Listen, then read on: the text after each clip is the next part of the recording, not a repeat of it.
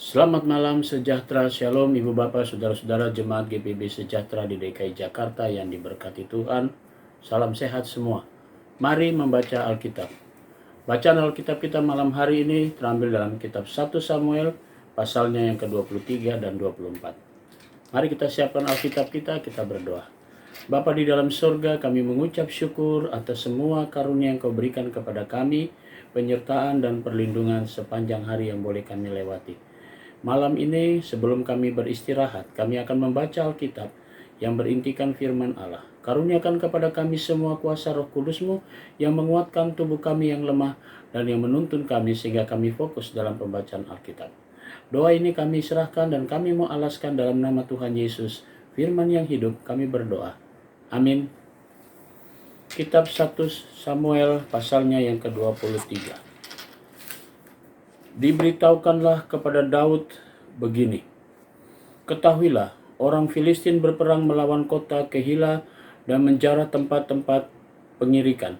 Lalu bertanyalah Daud kepada Tuhan, apakah aku akan pergi mengalahkan orang Filistin itu? Jawab Tuhan kepada Daud, pergilah, kalahkanlah orang Filistin itu dan selamatkanlah Kehila. Tetapi orang-orang Daud berkata kepadanya, ingatlah, sedangkan di sini di Yehuda kita sudah dalam ketakutan, apalagi kalau kita pergi ke Kehila melawan barisan perang orang Filistin. Lalu bertanya pula Daud kepada Tuhan, maka Tuhan menjawab dia firman-Nya, bersiaplah, pergilah ke Kehila, sebab aku akan menyerahkan orang Filistin itu ke dalam tanganmu. Kemudian pergilah Daud dengan orang-orangnya ke Kehila. Ia berperang melawan orang Filistin itu, dihalaunya ternak mereka dan ditimbulkannya kekalahan besar di antara mereka. Demikianlah Daud menyelamatkan penduduk Kehila. Ketika Abiatar bin Ahimelek melarikan diri kepada Daud ke Kehila, ia turun dengan membawa efod di tangannya. Kepada Saul diberitahukan bahwa Daud telah masuk Kehila. Lalu berkatalah Saul, Allah telah menyerahkan dia ke dalam tanganku, sebab dengan masuk ke dalam kota yang berpintu dan berpalang ia telah mengurung dirinya. Maka Saul memanggil seluruh rakyat pergi berperang ke Kehila dan mengepung Daud dan orang-orangnya. Ketika diketahui Daud bahwa Saul berniat jahat terhadap dia, berkatalah ia kepada Imam Abiatar, bawalah efod itu kemari. Berkatalah Daud, Tuhan Allah Israel hamba-Mu ini telah mendengar kabar pasti bahwa Saul berikhtiar untuk datang ke Kehila untuk memusnahkan kota ini oleh karena aku akan diserahkan oleh warga-warga kota Kehila. Itukah aku ke dalam tangannya? Akan datangkah Saul seperti yang telah didengar oleh hamba-Mu ini? Tuhan Allah Israel, beritahukanlah kiranya kepada hamba-Mu ini. Jawab Tuhan, ia akan datang. Kemudian bertanyalah Daud, akan diserahkan oleh warga-warga kota Kehila. Itukah aku dengan orang-orangku ke dalam tangan Saul? Firman Tuhan, akan mereka serahkan. Lalu bersiaplah Daud dan orang-orangnya, kira-kira 600 orang banyaknya mereka keluar dari Kehila dan pergi kemana saja mereka dapat pergi. Apabila Saul diberitahukan bahwa Daud telah meluputkan diri dari Kehila, maka tidak jadilah ia maju berperang. Maka Daud tinggal di padang gurun di tempat-tempat perlindungan, ia tinggal di pegunungan di padang gurun Zif. Dan selama waktu itu Saul mencari dia, tetapi Allah tidak menyerahkan dia ke dalam tangannya. Daud takut karena Saul telah keluar dengan maksud mencabut nyawanya. Ketika Daud ada di padang gurun Zif di Koresa, maka bersiaplah Yonatan anak Saul lalu pergi kepada Daud di Koresa. Ia menguatkan kepercayaan Daud kepada Allah dan berkata kepadanya, janganlah takut, sebab tangan ayahku Saul tidak akan menangkap engkau. Engkau akan menjadi raja atas Israel, dan aku akan menjadi orang kedua di bawahmu. Juga ayahku Saul telah mengetahui yang demikian itu. Kemudian kedua orang itu mengikat perjanjian di hadapan Tuhan. Dan Daud tinggal di Koresa, tetapi Yonatan pulang ke rumahnya. Tetapi beberapa orang Zif pergi menghadap Saul di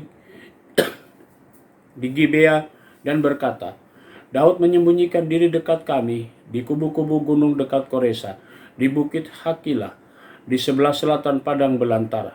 Oleh sebab itu, jika tuanku raja berkenan datang, silakanlah datang. Tanggungan kamilah untuk menyerahkan dia ke dalam tangan raja. Berkatalah Saul, diberkatilah kiranya kamu oleh Tuhan, karena kamu menunjukkan sayangmu kepadaku. Baiklah, pergi, carilah kepastian lagi. Berusahalah mengetahui di mana dia berada dan siapa yang telah melihat dia di sana. Sebab telah dikatakan orang kepadaku bahwa ia sangat cerdik. Berusahalah mengetahui segala tempat persembunyiannya. Kemudian datanglah kembali kepadaku dengan kabar yang pasti, dan aku akan pergi bersama-sama dengan kamu. Sesungguhnya jika ia ada di dalam negeri, maka aku akan meneliti dia di antara segala ribuan orang Yehuda. Lalu berkemaslah mereka pergi ke Zif, mendahului Saul. Daud dan orang-orangnya ada di padang gurun Maon, di dataran di sebelah selatan padang belantara. Ketika Saul dengan orang-orangnya pergi mencari Daud, diberitahukanlah hal itu kepada Daud. Lalu pergilah ia ke gunung batu dan tinggallah di padang gurun Maon. Saul mendengar hal itu lalu mengejar Daud di padang gurun Maon. Saul berjalan dari sisi gunung sebelah sini, Daud dengan orang-orangnya di sisi gunung sebelah sana. Daud cepat-cepat mengelakkan Saul, tetapi Saul dengan orang-orangnya sudah hampir mengepung Daud serta orang-orangnya untuk menangkap mereka.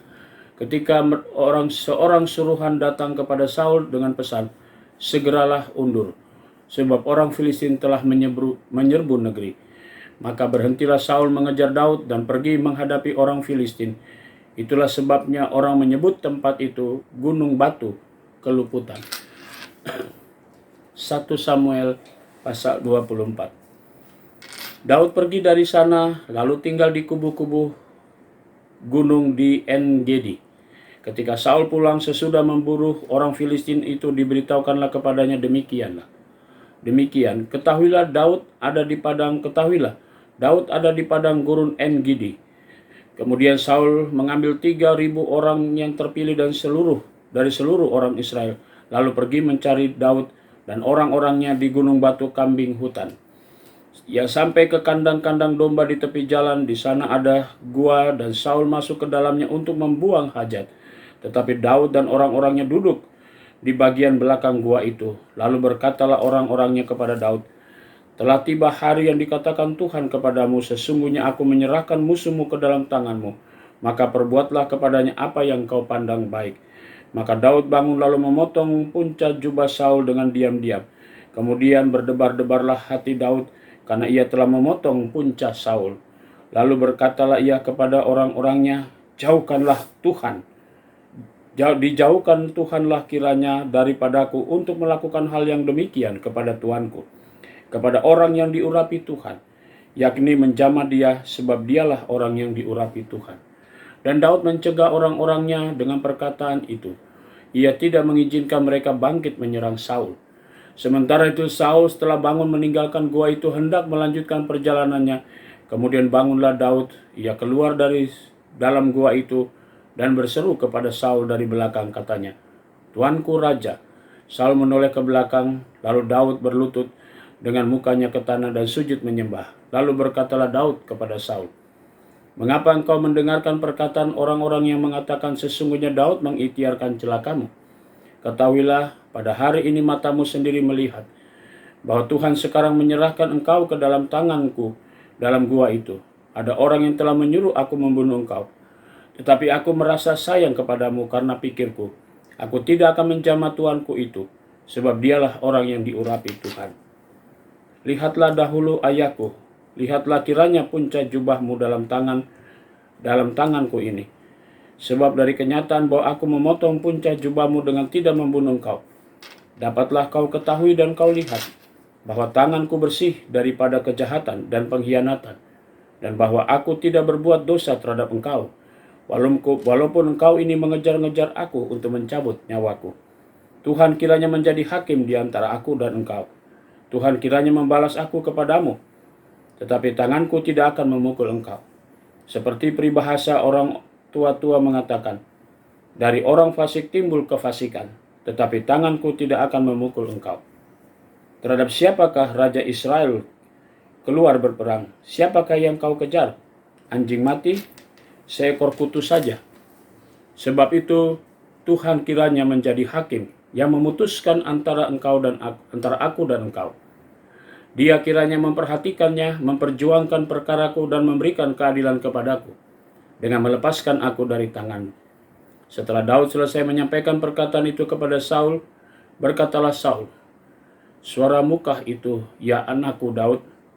Sesudah itu dengan suara nyaring menangislah Saul. Katanya kepada Daud, "Engkau lebih benar daripada aku, sebab engkau telah melakukan yang baik kepadaku, padahal aku melakukan yang jahat kepadamu. Telah kau tunjukkan pada hari ini betapa engkau telah melakukan yang baik kepadaku, walaupun Tuhan telah menyerahkan aku ke dalam tanganmu.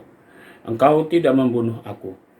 Apabila seseorang mendapat musuhnya, masa akan dilepaskannya dia berjalan dengan selamat? Tuhan kiranya membalaskan kepadamu kebaikan ganti apa yang kau lakukan kepadaku pada hari ini. Oleh karena itu sesungguhnya aku tahu bahwa engkau pasti menjadi raja, dan jabatan Raja Israel akan tetap kokoh dalam tanganmu. Oleh sebab itu bersumpahlah kepadaku demi Tuhan, bahwa engkau tidak akan melenyapkan keturunanku dan tidak akan menghapuskan namaku dari kaum keluargaku." Lalu bersumpahlah Daud kepada Saul. Kemudian pulanglah Saul ke rumahnya, sedang Daud dan orang-orangnya pergi ke kubu gunung. Saudara-saudara, mari kita berdoa.